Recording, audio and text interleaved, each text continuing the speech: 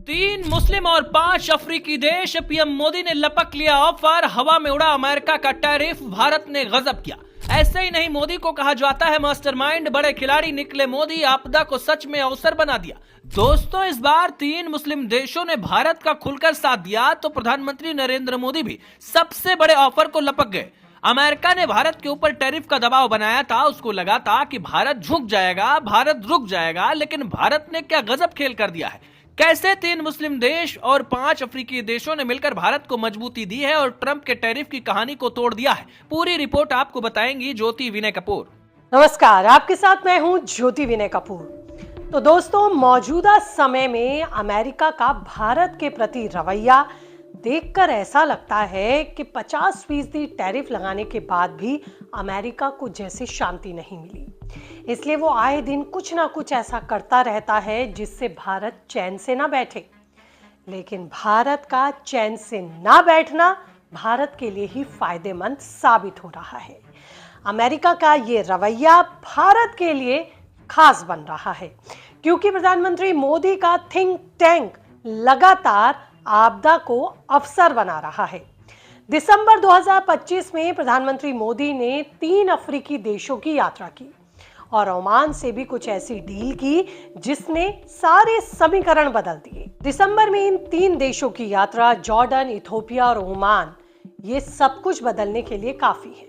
3 मुस्लिम बहुल देश और अफ्रीकी पार्टनर्स के साथ पार्टनरशिप की एक नई इबादत लिखी गई जिसने भारत को नई ताकत दी क्योंकि भारत ट्रेड को डिवर्सिफाई कर रहा है। चलिए स्टेप बाय स्टेप समझते हैं ये खेल दरअसल हुआ कैसे। सबसे पहले बात करती हूँ अफ्रीकी देशों से नजदीकियों की। साल 2025 में प्रधानमंत्री ने अफ्रीका पर फोकस किया और वो उनकी विदेश नीतियों की प्राथमिकताओं में ऊपर रहा।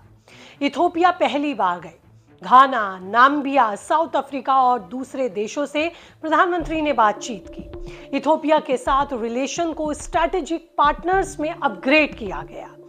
वहां customs corporation, data centre setup, peace keeping training, data restructuring जैसे MOU साइन किए गए।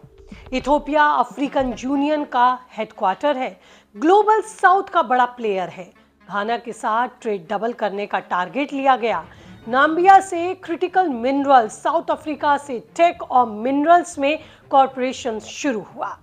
ये 5-7 अफ्रीकी देश भारत को सप्लाई चेन में मदद दे रहे हैं। फार्मा, एग्रीकल्चर, मिनरल सब में भारत का साथ खुलकर दे रहे हैं। दरअसल भारत को पता था कि अमेरिका लंबा खेलेगा, इसलिए टैरिफ लगने के बाद भारत ने इन देशों से संपर्क तेज किया। अमेरिका ने टैरिफ ठोका, लेकिन भारत ने वेस्ट एशिया और अफ्रीका की तरफ मुड़कर अपने नए मार्केट्स को खोल दिया। एक वक्त को लगा था कि भारत टूट सकता है, अमेरिका से अलग हो सकता है या फिर अमेरिका का दबाव बढ़ सकता है, लेकिन भारत ने इन देशों के साथ अपना फ्री ट्रेड एग्रीमेंट भी साइन किया। नतीजा रहा कि भारत लगातार आगे बढ़ रहा है और अमेरिका अब ट्रेड डील के बारे में सोच रहा है। भारत अफ्रीकी देशों के नज़दीक है। हैरानी की बात तो ये है कि इनमें कई मुस्लिम देश भी हैं जो भारत के साथ हैं। जॉर्डन से ट्रेड $5 बिलियन तक ले जाने का प्लान तैयार है। इथोपिया से डिजिटल और एग्री कॉर्पोरेशन पर बात होगी।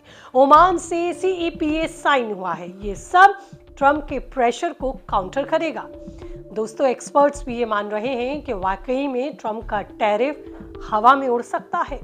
भारत के सामने आपदा जरूर आई, लेकिन इसे अवसर में बदल दिया गया।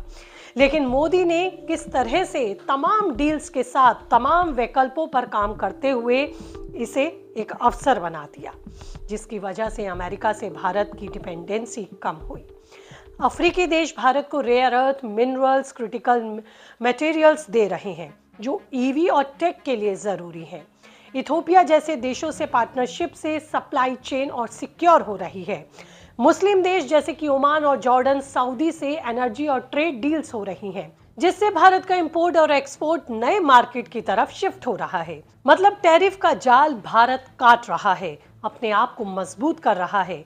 अब देखना होगा आगे क्या कुछ होता है, लेकिन एक्सपर्ट्स तो यही कह रहे हैं कि भारत ने ट्रंप के टैरिफ का तोड़ निकाल लिया।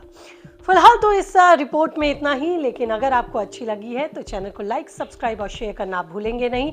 आपका एक क्लिक मुझे मजबूत और आपको अपडेट रखेगा। और खुद को अपडेट रखने के लिए चैनल को सब्सक्राइब करना भूलेंगे नहीं। नमस्ते।